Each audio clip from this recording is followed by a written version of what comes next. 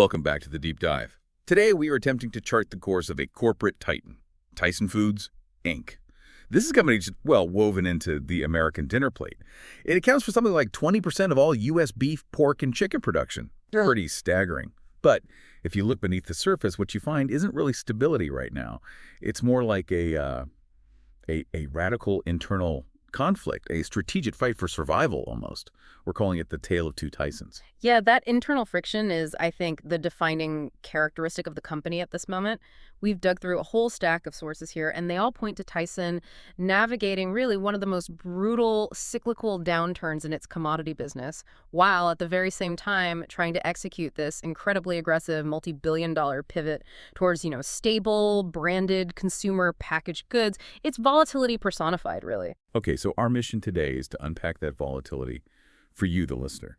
We really need to understand how a massive food producer dealing in absolute staples can swing from a record $4.4 billion operating profit in fiscal 2022 to booking an astonishing $395 million operating loss in fiscal 2023. I mean, that's just a massive reversal. It is. And that dramatic swing is the clearest signal that this company is at a critical strategic inflection point. The risks involved and potentially the rewards too, they're just immense right now. Yeah. So the core conflict we see in all this material is this battle between, on one hand, these deep kind of uncontrollable cyclical risks, mostly in their commodity beef segment. And on the other hand, the enormous long-term potential of their strategic transformation, becoming more of a value-added branded food powerhouse that's driven mainly by prepared foods.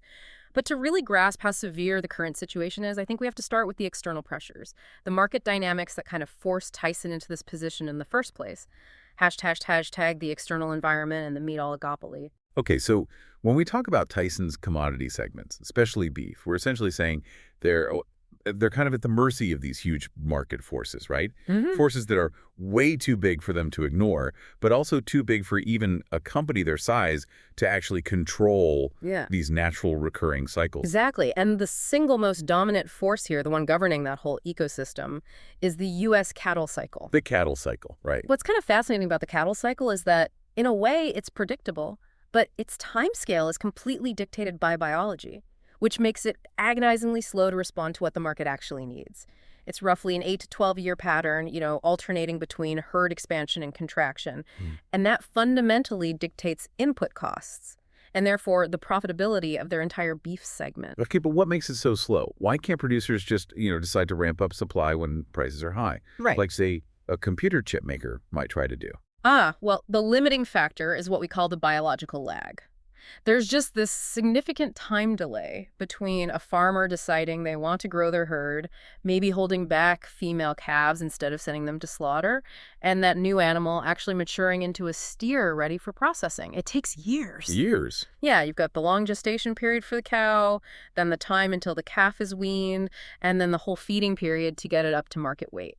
So this lag means that, high market prices today might encourage farmers to start growing their herds, but the actual increase in supply, that won't hit the processing plants for maybe 3, even 4 years down the line. And right now, we're deep in the contraction phase, the squeeze. Oh, absolutely. We are experiencing one of the deepest contraction phases we've seen in decades. The national herd, which was pushing, nearly 95 million head just a few years back, has been reduced by about 8%.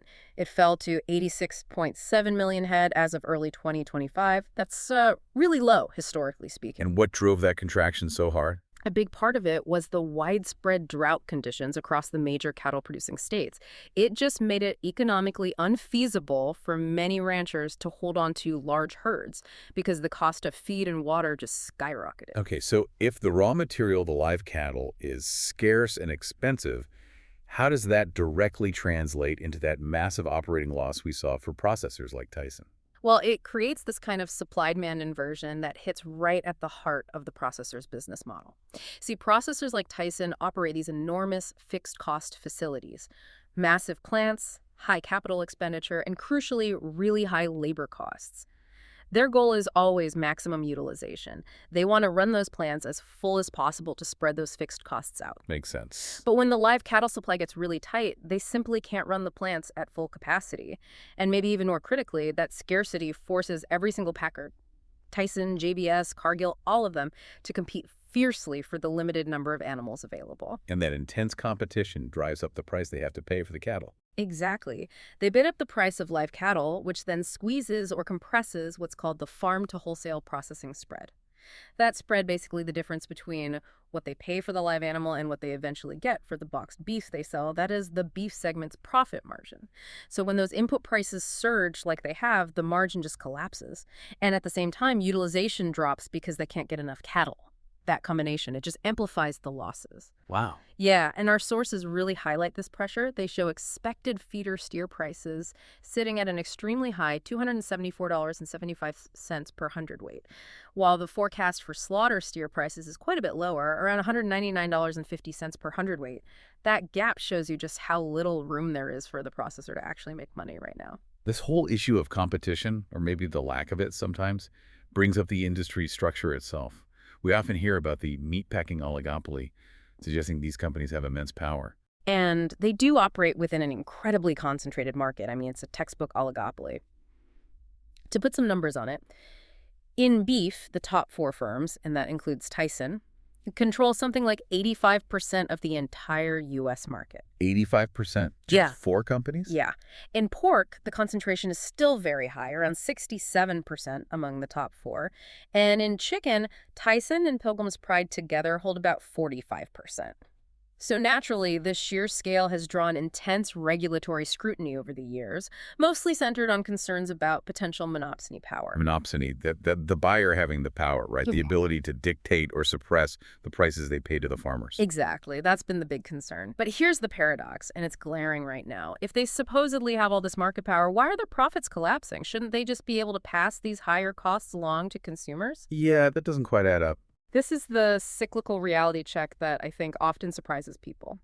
While that high concentration certainly grants them market leverage during, let's say, normal times or when supply is plentiful, that leverage gets severely eroded during a deep supply contraction like the one we're in. When the raw material simply isn't there in sufficient quantities, they have to pay the going rate or close to it just to keep their plants running at some level, regardless of how few competitors they technically have. So the cycle trumps the structure, in a way. In these extreme phases, absolutely. We've seen this pattern before. If you look back, say, between 2009 and 2014, when cattle prices were also very high, packer margins were wafer thin, often just 1% to 4%. The current downturn just proves again that concentration provides stability only when supply is ample. It really can't defy the fundamental laws of biological supply during a deep trough. Okay, moving beyond just the cattle cycle, the company has also faced some pretty significant, maybe even self-inflicted operating headwinds, especially around labor and some legal challenges that really came to the fore post-pandemic. Oh, the operational landscape has been brutal for them, no question. Wage inflation has been a huge issue. It's driven by persistent labor shortages in what is, let's be honest, a very difficult, physically demanding work environment. That's become a core cost pressure. And this leads us to a really fascinating and frankly problematic qualitative insight that came out through some recent legal actions against the whole industry. You're talking about those antitrust lawsuits, the ones about labor compensation. Yes, exactly. Tyson, JBS, several other major players were hit with these class action antitrust suits. And the lawsuits alleged that these companies had basically engaged in a conspiracy to fix and depress worker compensation. Wages, salaries, benefits, the whole package. How did they supposedly do that? Well, the mechanism alleged was that they were sharing confidential wage and benefits data with each other, sometimes through secret meetings and sometimes using a third-party intermediary firm to kind of aggregate and share the data. Wow. So the implication there is that what they might have historically called operational efficiency could have actually included coordinating on labor costs across the industry to keep them down. That's certainly the implication that emerged from the court proceedings, yeah. It painted a picture of an industry practice that is now under immense legal and public pressure. Now, Tyson settled these claims for $72.25 million, and JBS settled for $55 million. Importantly, they did so without admitting formal wrongdoing, but it really signals that the industry has to fundamentally rethink its labor strategies going forward. They probably can't rely on that kind of historical coordination, alleged or otherwise, to manage costs anymore. And all of this is happening within a framework of incredibly stringent regulation anyway, right? Which must add significant overhead costs. Oh, absolutely.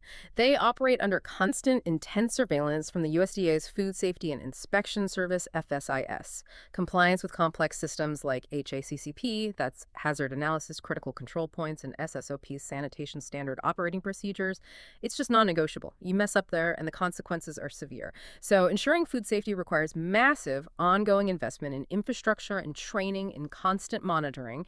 It represents a really substantial and costly operational component that they simply cannot afford to cut corners on.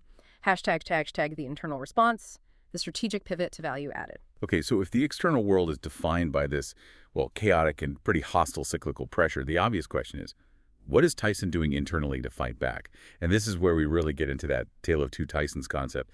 Yeah, I think you can clearly define the company now as almost two distinct economic entities running in parallel inside one corporation. First, you've got the cyclical commodity processor, that's mainly beef and pork. It's their biggest revenue driver historically, but it's the part that's currently dragging profitability way down into the negative even. Then second, you have the stable, brand-driven CPG segment, consumer packaged goods. This includes prepared foods and also the recently stabilized value-added parts of their chicken segment. And the second entity, the branded side, that's really the key to the company's future resilience. Let's dig into the financial damage from the commodity side first, because the collapse in the beef segment just sounds staggering based on those numbers. It truly is a disaster zone right now. I mean, the beef segment recorded a $310 million operating loss for just the first 9 months of fiscal 2024. Just think about that. That represents a negative swing of over $500 million compared to the profit they made in the same period the prior year. $500 million swing Yeah. downwards. Yeah. And it doesn't look like it's ending quickly. Uh-huh. Management is actually bracing for a longer siege. They're projecting an adjusted operating loss for the beef segment of somewhere between $375 million and $475 million for the entirety of fiscal 2025. So that just gives you a sense of the magnitude of pain the cattle cycle is inflicting right now. But crucially, the whole enterprise isn't sinking, because these branded goods are providing some critical buoyancy, right? Let's talk about that stabilizing engine. Prepared foods. Prepared foods is absolutely the anchor in this storm. This is the segment built on those really iconic, highly recognizable household brands. We're talking Jimmy Dean, breakfast sausages, Hillshire Farm deli meats, Ballpark hot dogs, brands people know and trust. And the idea is that these are less sensitive to the underlying commodity price swings. Exactly, because the consumer isn't just buying raw pork or chicken. They're paying a premium for the convenience, the specific flavor profile, the quality perception, and the trust associated with that brand name. So how robust is the performance there? Give us the numbers that really justify this whole strategic pivot they're making. Okay, the segment is performing remarkably well, especially in contrast to beef. In the third quarter of 2024, prepared foods generated $203 million in operating income. And it did that with a really solid 8.3% operating margin, which is, pretty healthy for a food business. But what's really crucial to understand here is the strategic growth trajectory. If you look back, just 5 years ago, prepared foods contributed only about 3% of Tyson's total company profit. Only 3%. Yeah, tiny. Today, it contributes nearly 30%. That rapid shift, that dramatic change in the profit mix, that's probably the single most compelling piece of evidence that the strategy is actually working. They are building a higher margin, more predictable, less volatile business model right alongside the commodity operations. And the chicken segment also seems to be demonstrating a successful internal recovery. It had its own significant struggles recently, didn't it? It did, yeah. The chicken segment turnaround is actually a pretty classic recovery story. It seems largely driven by their vertical integration. They control more of the supply chain in chicken and some aggressive cost-cutting measures. Chicken had been hit really hard by soaring grain and feed costs, plus some internal operational inefficiencies, which led to substantial losses last year. However, it rebounded very sharply. It posted $244 million in operating income in Q3 2024. That completely reverses a $314 million loss from the same quarter the year prior. Another huge swing, but this time in the right direction. Exactly. And management seems pretty confident this momentum will continue. They're projecting adjusted operating income for the chicken segment to be somewhere in the $1.3 billion to $1.4 billion range in fiscal 2025. So a major contributor again. Okay, so the central strategic imperative that ties all these successful, more stable segments together is what they're calling decommoditization. Can you unpack that term? Yeah, basically the entire purpose of this massive strategic pivot is just that. to shift the overall product mix away from those low-margin, highly volatile, fresh commodity meats like basic cuts of beef and pork, and towards these higher-margin, value-added branded products, things that have more processing, more packaging, more marketing involved. The ultimate goal is to fundamentally reduce the crushing earnings volatility that they're experiencing right now because of the commodity cycles. And they set a really aggressive target for this, didn't they? Extremely aggressive. Management set a company-wide goal to have 50%, half of their total sales volume, come from these value-added products by the close of fiscal 2024. I mean, this isn't just tinkering around the edges. This is a wholesale reconfiguration of what Tyson produces and sells. That sounds incredibly difficult, practically speaking. Yeah. How do you suddenly shift an entire supply chain that was fundamentally built for commodity volume, sheer quantity, lowest cost per pound, into more of a CPG operation focused on quality, consistency, branding? Oh, it's immensely difficult, no question. You're essentially trying to change the operational DNA of huge parts of the company. Commodity processing is all about maximizing throughput and minimizing cost per pound. Very efficient, very standardized. Value-added production, that requires much more specialized equipment, more rigorous quality control checks, unique packaging lines, much more complexity in managing finished goods inventory, different distribution channels. It's a whole different ballgame. But the payoff, the competitive advantage they're aiming for is clear. That portfolio of iconic brands, that's their most durable defense against the commodity chaos. The brands create an economic moat, basically. Preference. It's much less susceptible to whether the price of live cattle went up or down last week on the futures market. People want Jimmy Dean sausage, not just generic sausage. Yeah, achieving this massive pivot requires not just a grand strategy on paper, but also some pretty painful immediate actions, including significant operational restructuring, closing plants. Yeah, it necessitates some pretty serious corporate surgery. Since the spring of 2023, Tyson has announced the closure of at least 8 major processing plants. And it's important to understand this isn't just a defensive move simply to save cash during the downturn, although it certainly helps with that. It's framed as a strategic rationalization. They're trying to consolidate production into fewer, newer, more modern, and ultimately more efficient facilities. They're actively shedding these older, higher cost, sometimes geographically inconvenient assets to make sure that future capital investments are focused squarely on modernizing the most productive plants, the ones that best support this value-added strategy. In underpinning a lot of this modernization effort is automation, right? Directly trying to address that persistent domestic labor crisis they and the whole industry face. Automation is absolutely critical to making this work long term. They've invested over $500 million, $500 million just in technology and automation over the last 3 years alone. But what's interesting is they aren't just buying standard off-the-shelf robotics. They've actually gone a step further and created the Tyson Manufacturing Automation Center. They call it TM. TMMC. Yeah. It's basically an internal R&D hub that's dedicated to developing bespoke robotics. Custom solutions specifically tailored for the highly complex, non-uniform tasks involved in meat processing. Things like deboning chicken or precisely cutting pork loins, tasks that are really hard for standard robots to do well. That focus on bespoke custom technology suggests they view solving the labor challenge not just as reacting to an industry problem, but as a potential source of unique internal competitive advantage down the road. I think that's exactly right. It indicates a real long-term commitment. They're trying to integrate these advanced robotic solutions into areas like deboning, cutting, even packaging areas that have traditionally been dominated by high-wage, high-turnover human labor. Ultimately, this is all about securing reliable, consistent production capacity that's less dependent on the ups and downs of the domestic labor supply. And we also see this focus on tech in their logistics, too. They're running pilot programs using autonomous refrigerated trucks with a company called Gatic for some of their middle-mile deliveries, just trying to squeeze efficiency and reliability out of every single touch point in the supply chain. Okay, so shifting from domestic efficiency now to global reach. International expansion is identified in the sources as a principal long-term growth driver. Yeah. Why is such a heavy focus on markets outside the U.S.? Well, you just have to look at the global demographics and consumption trends. The projections are pretty stark. Something like 90%, 90 of all projected growth in global protein consumption in the coming decades is expected to occur outside the United States. 90%, wow. Yeah. And within that huge growth area, Asia alone is expected to account for about 60% of that anticipated volume increase. So, for a company like Tyson that's focused on long-term growth, they simply cannot afford to miss out on that massive Asian market opportunity. So where are they putting their money globally? What are the concrete actions? Well, the sources indicate a pretty aggressive pace of investment right now. They're currently developing 7 new international plants, and significantly, 6 out of those 7 new plants are strategically located across Asia, specifically in China, Malaysia, and Thailand. They're building out in-country production capabilities.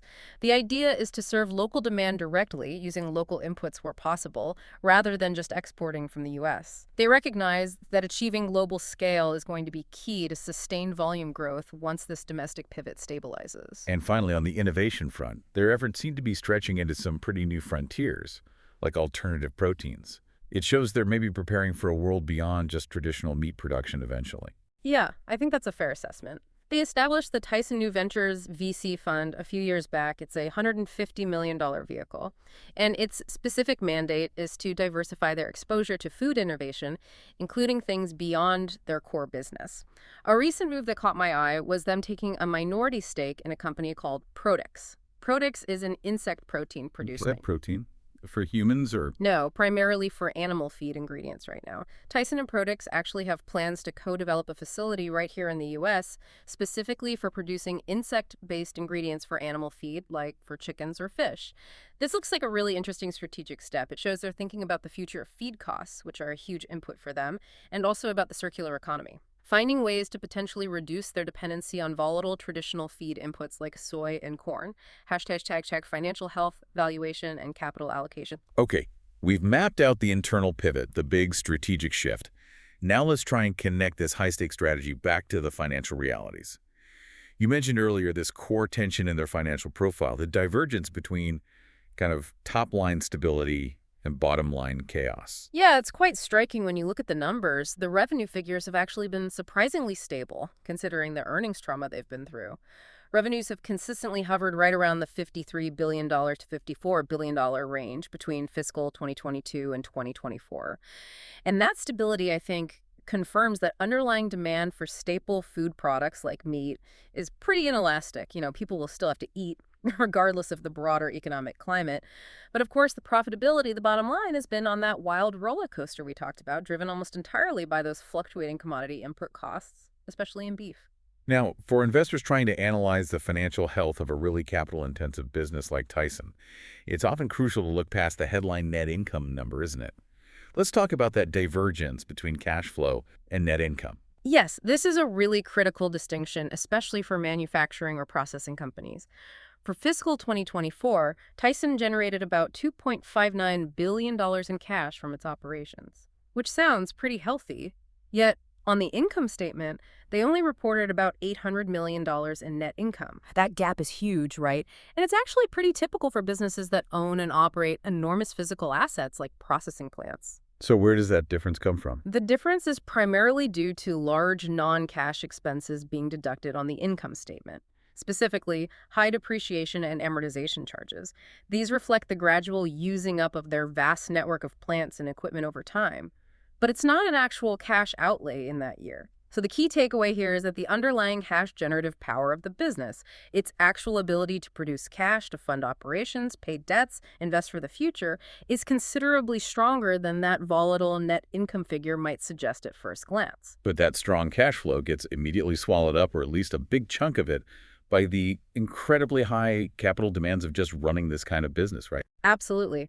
Maintaining and modernizing these huge, complex facilities requires constant, heavy investment. Capital expenditures CapEx for fiscal 2024 totaled $1.132 billion. Now, if you compare that to the $2.59 billion in cash from operations, that CapEx represents roughly 44% of their operating cash flow. Nearly half. Yeah, nearly half.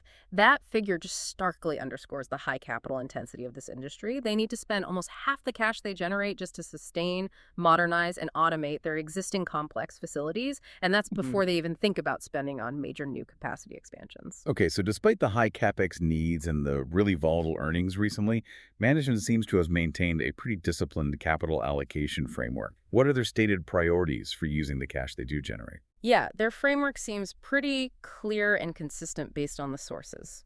First and foremost, they prioritize maintaining a solid investment-grade credit rating. That's crucial for preserving access to relatively cheap debt capital, which they need. Second, they focus internal investments on their designated growth areas, namely prepared foods and the value-added parts of the chicken segment. That's where they see the best returns. And then, only after those first two priorities are met, do they look at returning any excess cash to shareholders, primarily through dividends and potentially some share buybacks when conditions allow. And the dividend track record here is, well, frankly, it's kind of remarkable given the recent earnings chaos, isn't it? It really is. It's probably the ultimate testament to management's underlying faith in the long-term, mid-cycle cash generation capability of the overall business, despite the current beef segment pain. They have maintained dividend payments for 51 consecutive years, uninterrupted. And maybe even more impressively, have actually raised the dividend for 12 straight years right through this recent volatility. 12 straight years of increases. Yeah, that long-term commitment signals pretty strongly, I think, that management is valuing the consistent cash flow generation over the short-term earnings volatility caused by things like the cattle cycle. And for investors, the current dividend yield is pretty attractive too, sitting around 3.68% based on recent prices. Okay, now we absolutely have to address what might be the single most confusing financial metric for new investors looking at Tyson today. This valuation paradox. Specifically, the inverse PE ratio phenomenon. Why does Tyson's price-to-earnings ratio look so high right now when the earnings are actually so low, or even negative in some segments? Right. This requires us to basically reset how we think about valuation, especially for highly cyclical commodity businesses. It works differently than for stable growers. As of our recording, Tyson's trailing price-to-earnings ratio is sitting somewhere around 23.8x. Now, if this were a normal, stable company, you'd look at that and say, wow, that looks pretty expensive. Yeah, definitely. But the stock market is inherently forward-looking. And for these commodity cyclicals, the valuation multiple, the PE ratio, tends to move inversely to the actual earnings cycle. Inversely. Okay, walk us through how that inversion works. Think of it this way. When Tyson's earnings are at their cyclical peak, like they were back in 2021 and 2022, when those processing margins were really fat and profits were rolling in, the market instinctively knows that the good times probably won't last forever. It knows the commodity cycle is likely nearing a peak and is about to turn down. So even though earnings are high, the market discounts the stock price, the P, in anticipation of the coming downturn. As a result, the PE ratio actually looks very low at the peak, historically maybe around 6 or 7x earnings for Tyson. Okay, low PE at peak earnings because the market sees trouble ahead. Exactly. Now flip that. Today, with the beef segment reporting massive losses and consolidated earnings near the cyclical trough, the market is now looking forward and anticipating a dramatic surge in earnings when the cattle cycle eventually, inevitably reverses and those beef margins recover. I see. So the high PE ratio we see today isn't really reflecting the current poor performance.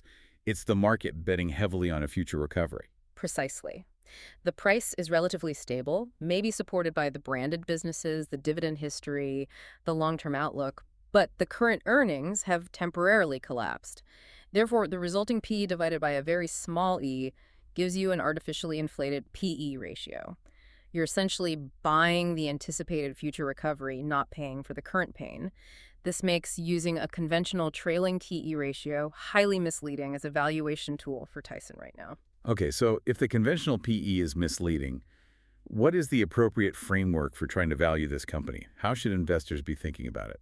Well, analysts typically use two primary methods, often in combination. First, you have to try and calculate normalized earnings or maybe mid-cycle earnings. This involves forecasting what the company's average sustainable earnings level would likely be if the beef and pork segments were operating at sort of average historical profitability levels, effectively smoothing out the extreme peaks and troughs we see right now. Okay, estimate what normal looks like over a full cycle. Exactly. And the second method, which is crucial here given our Tale of Two Tysons theme, is to use a sum of the parts analysis, often called SOTP. Sum of the parts. Yeah. This is probably the only way to accurately reflect the fundamentally dual nature of Tyson's business today. You have to assign very different valuation multiples to each major business unit based on its specific risk profile and growth prospects. Okay, let's break that SOTP logic down.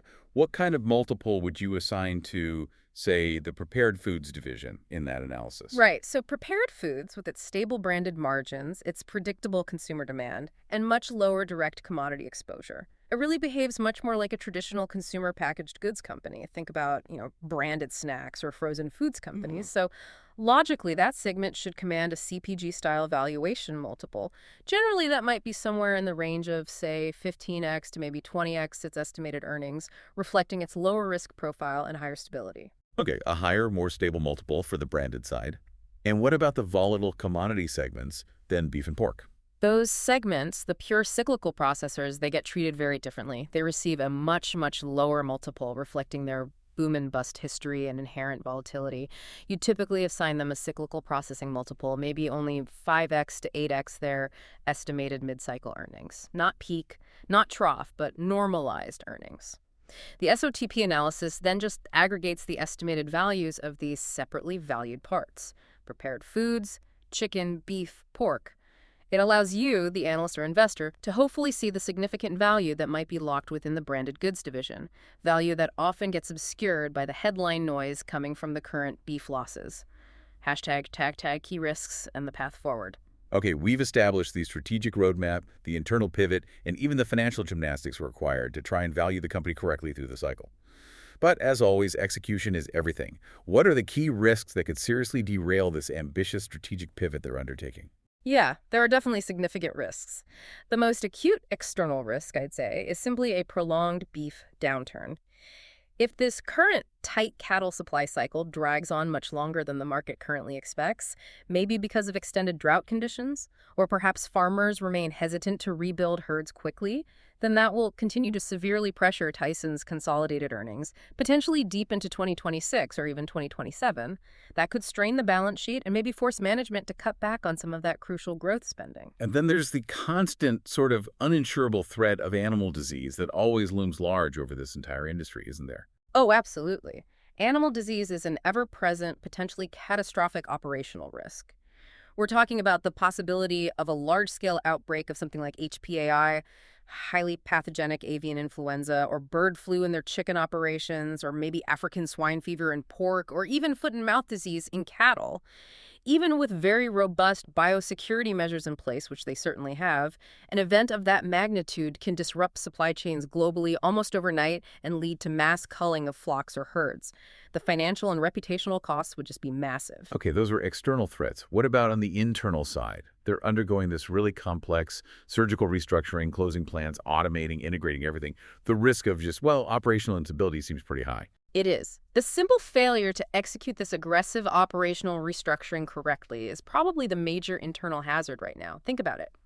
They're simultaneously trying to shut down multiple large facilities, consolidate production into others, integrate complex, often bespoke automation technology onto production lines, and maintain rigorous product safety and quality standards across their entire national footprint, all while still battling ongoing labor shortages in many areas.